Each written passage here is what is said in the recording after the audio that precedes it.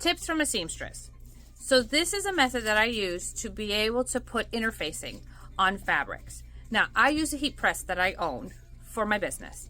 And so this works for me. This could also work with an iron.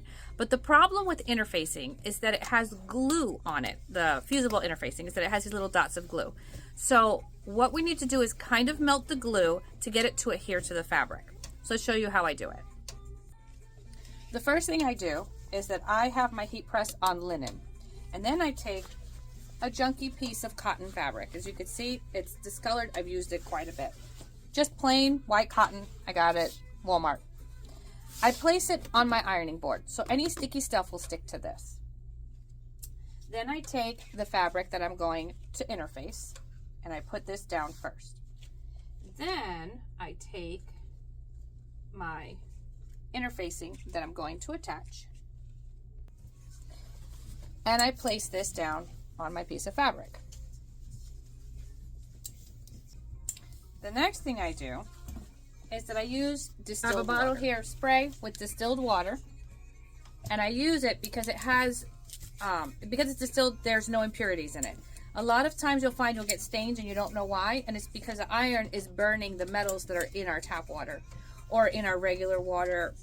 So purified, actually not purified water, distilled water is the best water to use. And it also saves all your irons. I only use distilled water in my irons. It's about $1.39, so it's not that expensive, but it's worth it. It makes your irons last a lot longer.